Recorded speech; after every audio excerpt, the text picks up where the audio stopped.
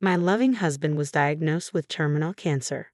To cope with the sorrow, I threw myself into my work. One day, a man claiming to be a lawyer approached me. Your husband has submitted a request for $5 million in damages. Are you having an affair while he's sick in the hospital? He asked smugly, presenting photos he claimed were evidence of my infidelity. I was stunned. I have no idea what you're talking about. We've already gathered evidence proving that you're the woman too busy dating to care for her sick husband, the man continued arrogantly. Feeling as if my entire life was being challenged, I decided to take him to my home to show him the truth. Along the way, I discreetly signaled to a middle-aged neighbor. My name is Melissa, and I'm 27 years old. I currently run multiple web media platforms and make a living from it. Sitting in my living room, I muttered to myself as I stared at the computer screen filled with text. What should I do about this? Melissa, let's take a break, my husband Kevin said, coming out of the kitchen and handing me a steaming cup of coffee. Thank you, I smiled at my partner, who sat beside me. Kevin is not just my husband, he's also my work partner. I've always loved writing, so I started as a web writer during college. But after a few months, I hit a wall due to my inexperience. A friend introduced me to another web writer, who would later become my husband, Kevin. He taught me everything from writing skills to how to get work. Initially, we were just colleagues, but our relationship gradually deepened. We became indispensable to each other, transitioning from colleagues to beloved partners. After graduating from college, we went into business independently as web writers and started to run and operate web media platforms. Our relationship evolved from partners to a unique family. Now, as a married couple, we work from home and are always together, both for work and in our private lives. When I tell my friends, they ask, "Don't you get tired of being together all the time?" But we find it comfortable, thanks to Kevin's calm and gentle personality. I never doubted that my life with my loving husband would continue forever. One day, prompted by a friend, we decided to go for cancer screenings. We often joked about our good health, but with a friend's relative getting diagnosed with cancer, we thought it was a good time to get checked. As it turned out, I was fine, but Kevin needed further testing. By this point, a sense of unease had already set in. Kevin kept saying, "I'm fine, nothing's going to be wrong," Kevin reassured me, but I couldn't shake off my worry. Then the detailed test results came back. Kevin had cancer. Moreover, the doctor told us it was at an advanced stage because it was detected late. I collapsed right there and then. Kevin had cancer and it was advanced. We'd had yearly checkups and nothing had ever seemed off. Sure, he had some cold-like symptoms once in a while, but Kevin always said, "I can work from home," and never really went to the doctor. If only I had noticed something back then. If only I had forced him to go to the doctor. Regrets kept flooding my mind, but then the overwhelming fear that he was going to be gone hit me, and I couldn't think of anything else. Kevin was admitted to the hospital immediately, and I visited him every day during my work breaks. When I came to see him, Kevin always greeted me with his calm smile. He would even happily ask about the progress of our work that we both put so much effort into. Seeing his face made me think, I have to protect this job no matter what. And even as I wiped away tears, I kept working. But every time I let my guard down, the fear that Kevin might be gone consumed me. To distract myself from the sorrow, I took on a part-time job at a nearby supermarket in addition to our web media work. Days went by like this, and a little time passed. As usual, I visited Kevin in the hospital, finished my shift at the supermarket, and was on my way home. When I get home, I need to do the web work and also clean the house, I thought, planning out my next tasks. Suddenly, the world in front of me started spinning, and I sat down in a panic. What's happening? I feel sick, I wondered. My vision continued to spin, and cold sweat wouldn't stop.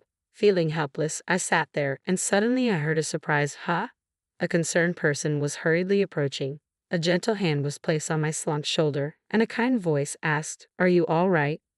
Looking up, I saw an unfamiliar middle-aged woman looking at me with concern. "I'm feeling a bit unwell, but I'll be okay," I tried to assure her.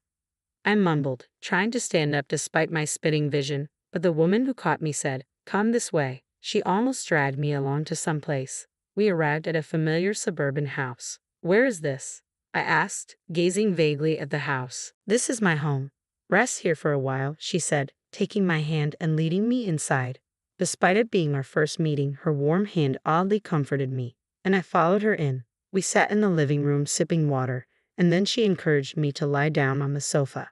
Even as I closed my eyes and took a deep breath, she wet a towel in cold water, wrung it out, and placed it on my forehead. She also covered me with a blanket. A little while later, my vision stabilized and my sweating stopped. Slowly sitting up from the sofa, I faced the concerned woman and asked, "Can I move now?" I thanked her and added, "By the way, I realize I never introduced myself. Sorry about that." Upon hearing this, the woman smiled with relief and introduced herself as well. Her name was Laura, and she lived here with her husband. I began to say, "I also have a husband," but an image of Kevin lying in bed interrupted me. Noticing my hesitation, Laura said, "It's okay if it's hard to talk about it," and asked why I was sitting on the side of the road. "Actually, my husband is sick." I slowly told her about Kevin's illness, which I hadn't even shared with friends, and how I'd been overexerting myself with work to distract from the sadness. Laura held me tightly as I choked up and finally shed tears. "It's hard, isn't it?" she said, crying along with me. Later, I found out that Laura's house was very close to mine. What's more, our house was apparently known in the neighborhood as the wealthy couple's house due to its size. Chuckling to myself, I suddenly remembered. When I used to walk around the neighborhood with Kevin, people would often strike up friendly conversations with us. It feels like things have become distant since Kevin got hospitalized. Laura told me, people thought you two had separated and didn't know how to approach you. Through meeting Laura, my days slowly started to change. I got to know the neighbors I'd previously avoided, and we started gathering at our houses for tea. Every time I struggled to watch Kevin's health deteriorate, Laura was always there to touch my hand and encourage me with her warm touch. Then one day, Kevin received permission for a temporary return home, marking a long-awaited moment. A temporary return home, these words signaled the last moments we'd get to spend with Kevin. I decided to make the most of this time and fill it with smiles. "So, Kevin, now that you're home, is there anything special you want to do?" I asked. The first thing he said was, "I'd like to see Laura." While Kevin was hospitalized, I had told him how Laura and the neighbors had been taking good care of me during my daily visits. To fulfill Kevin's wish, I let Laura know we'd be stopping by on our way. A quick glance at Kevin revealed a certain resolve in his face as he stared straight ahead. We arrived at Laura's, who welcomed us with her ever-present warm smile. She took Kevin's hand and said, "You really are loved," her eyes meeting mine as she smiled. Feeling a bit embarrassed, I told Kevin, "Well, our eyes meeting," his face a mix of laughter and tears. During a break in the conversation, as I was about to head back to the living room from the restroom, I overheard Kevin's earnest voice from the other side of the door. I listened closely and realized he was talking about me. "Please look after Melissa when I'm gone." Hearing those words, I felt a stinging pain at the back of my nose and realized tears were falling. So that's why Kevin wanted to come here. Hearing Laura's gentle, "Of course," I couldn't stop my tears. Not much later, my husband Kevin drew his last breath. While I was prepared for it, the sense of loss hit me harder than I had imagined. Laura and our neighbors kept encouraging me during my grief. After some time had passed, a renewed sense of purpose pushed me to resume my career. I even continued my part-time job at the supermarket, thinking I needed to keep moving forward. Life went on just like that for about 2 years. One day, as I finished my shift at the supermarket and stretched my tired body, a voice came from behind. "Excuse me," startled, I turned around to see a serious-looking man wearing glasses. Did he lose his way? Without much thought, I asked, "Can I help you?" Clearing his throat, the man smiled softly and spoke, "I apologize for the sudden intrusion. I'm a lawyer. You're Melissa, correct? May I speak with you?" A lawyer? What could he possibly want with me? Though I was puzzled, I agreed to listen. "Sure. You see, your late husband Kevin has left you a settlement of $5 million. I was surprised when the man mentioned Kevin's name, and even more startling was the word settlement, almost causing me to drop the bag I was holding. "What? No, there must be some mistake. Ma'am, we have all the evidence. While your husband was in the hospital, you've been having an affair, haven't you?" The man smirked and pulled out his smartphone, showing me a photo. "What is this?" The photo showed a man and a woman, arms linked, walking away from the camera. I had to admit, the woman in the photo bore a slight resemblance to me, but it was definitely a case of mistaken identity. That's not me, and I don't know that man. Besides, my husband passed away 2 years ago. I laid out the facts and was about to walk away when the man suddenly raised his voice to stop me. Lies about him being dead won't work.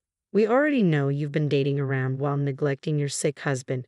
I was stunned. I remembered the days when I was rushing to Kevin's hospital every day and working nonstop. What could this guy possibly know about me? I wondered. Isn't it common sense for a real lawyer to offer a business card? Shouldn't he have notified me through documents or a phone call rather than meeting me in person? I shook my tired head and stared at the man. He wasn't going to back down. Realizing we wouldn't reach a conclusion, I decided it would be quicker to just show him. Please come this way, I said, inviting the man into my home. In hindsight, it was a bold move, but I felt emotionally charged, like he was negating my entire life.